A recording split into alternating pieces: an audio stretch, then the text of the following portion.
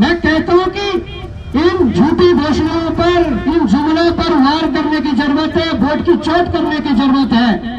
आज कई कर्मचारी यहाँ पर हो सकते हैं, मैं सुन रहे हो, लाइव के माध्यम से सुन रहे हो। एक ऐसा कर्मचारी जो अपने नौकरी की तैयारी करते समय दिन रात एक कर देता है, वो अपने सपने को साकार करने के लिए 12-12 घंटे, 16-16 घंटे, 18-18 घंटे भी पढ़ता है, परंतु इस उद्देश्य के साथ इस सपने लेकर पढ़ता है कि कहीं ना कहीं उसकी सरकारी नौकरी अगर लग गई तो उसका जीवन सुरक्षित हो गया। और उसका जीवन सुरक्षित होने के साथ जब वो इस विभाग से रिटायरमेंट लेगा तो कहीं ना कहीं बुढ़ापे में वो और उसका परिवार जो उसकी बुढ़ापे का सारा जो पेंशन थी उसके सारा अपना जीवन काटेगा। पर आज हमारी सरकारों ने एनपीएस लाकर, ओपीएस को हटाकर जो हमारे कर्मचारियों के पेट पर लात मारी है, तो कहीं ना कहीं मुझे लगता है कि आज उस कर्मचारी को, आज उस कर्मचारी के परिवार को इस एनपीएस के विरोध में वोट पर चोट करने की जरूरत है।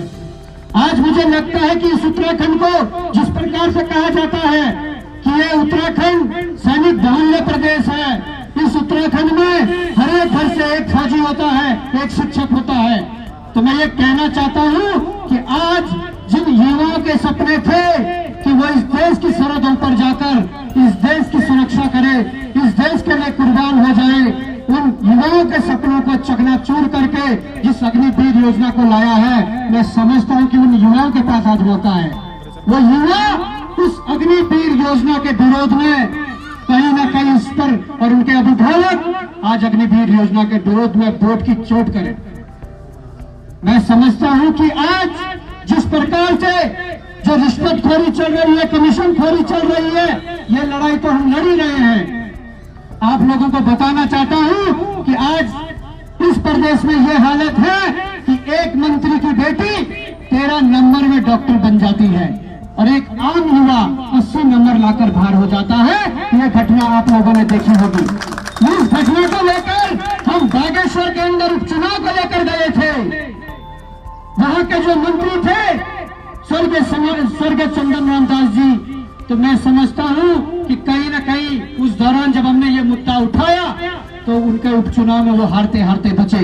तो ये क्या, ये व्यवस्था ये किसके लिए बना दी है कि एक मंत्री की बेटी, एक विधायक की बेटी 13 नंबर में डॉक्टर बन जाए और एक आम युवा जो मेहनत का युवा है, जो योग्य है, जिसके अंदर क्षमता है, वो 80 नंबर लाकर भी बाहर हो जाए। हमने इस व्यवस्था को सुधारना है। आज हो सकता है कि आपके बच्चे कमरे में रहकर, कोचिंग में रहकर, लाइब्रेरी में रहकर बड़ी मेहनत कर रहे हो, पर इनके पीछे जो इन्हें पीछे धकेलने वाली ताकतें हैं, उन ताकतों से लड़ने की जरूरत है।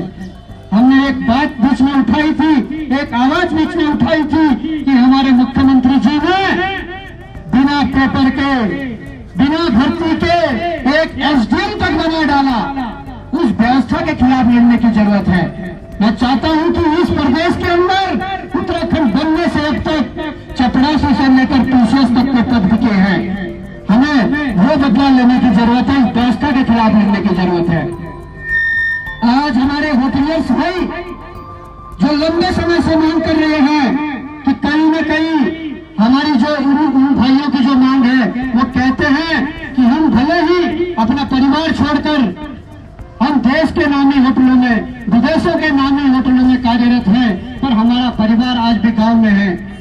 हम इस प्रदेश की आर्थिकी को मजबूत करने यहाँ काम कर रहे हैं, इस देश की आर्थिकी को मजबूत करने यहाँ काम कर रहे हैं, पर उनकी मांग रहती है कि कहीं न कहीं उन होटलियर्स भाइयों को जो जीवन बीमा जो उनका होना चाहिए था, इसके लिए सरकार आज तक कोई रोड मैप तैयार नहीं कर पाई है।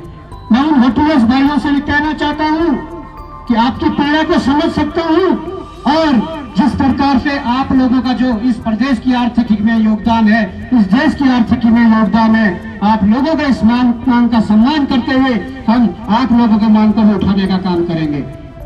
आज समस्याएं तो बहुत है, पर समय हमारे पास बहुत कम है। आज 14 विधानसभाओं का हमने दौरा करना है, आज जगह जगह जाकर लोगों को मिलना है, क्योंकि हमारे जो दल हैं उन्होंने प्रत्याशी दिए, पर उनके चुनाव चिन्ह तो पहले से आए हुए हैं। पर हम सौभाग्य समझते हैं कि चुनाव आयोग ने जो हमें जो चुनाव चिन्ह दिया वो भी हीरा दिया है। और मैं समझता हूँ कि अब इस हीरे को कैसे चमकाना है वो आप लोगों ने तय करना है। और मैं कहना चाहता हूँ कि इस हीरे को कैसे कोहिनूर में बदलना है वो आप लोगों के हाथ में है। आज हम ये नहीं कह सकते कि उस बूथ पर हमारा वो व्यक्ति है, उस बूथ पर वो व्यक्ति है।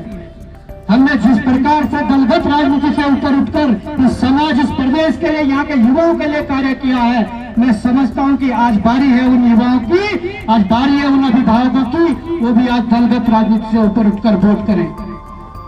आज मैं ये कहना चाहता हूँ कि अपने गांव में, अपने बूथ पर आप बॉबी पवार को प्रत्याशी मत मानिए। आप अपने गांव में, अपने बूथ पर खुद को प्रत्याशी मानते हैं, उस बूथ पर मेहनत करिए और इतनी मेहनत करिए कि ये कहीं राष्ट्रीय जो राजनीतिक दल है वो कोसों दूर छूट जाए। अगर इस संकल्प के साथ हमने काम करना शुरू कर दिया, हमने काम हो रहा है। मैं आपको बताना चाहता हूँ, चक्राता से लेकर पूरी यमुना घाटी, गंगा घाटी, पूरा राय, जौनपुर, जौनसार, विकासनगर से लेकर पूरी एकजुटता हो चुकी है। अब मैं आप लोगों से आशीर्वाद लेने आया हूँ और कहीं न कहीं अगर हम यहाँ पर संकल्प लेके काम करते हैं और इसमें कामयाब होते हैं तो ये टिहरी संसदीय क्षेत्र की जनता इस बार टिहरी क्षेत्र में एक नया इतिहास का अध्याय लिखने जा रही है। आज मांगे बहुत है, हमारी बातें बहुत है, पर समय को भी देखना है, आगे भी कार्यक्रम है। मैं एक बार पुनः आप सभी साथियों का, समर्थकों का, सभी बड़े बुजुर्गों का, युवा साथियों का, मातृशक्ति का हृदय की गहराई से हार्दिक धन्यवाद करता हूँ।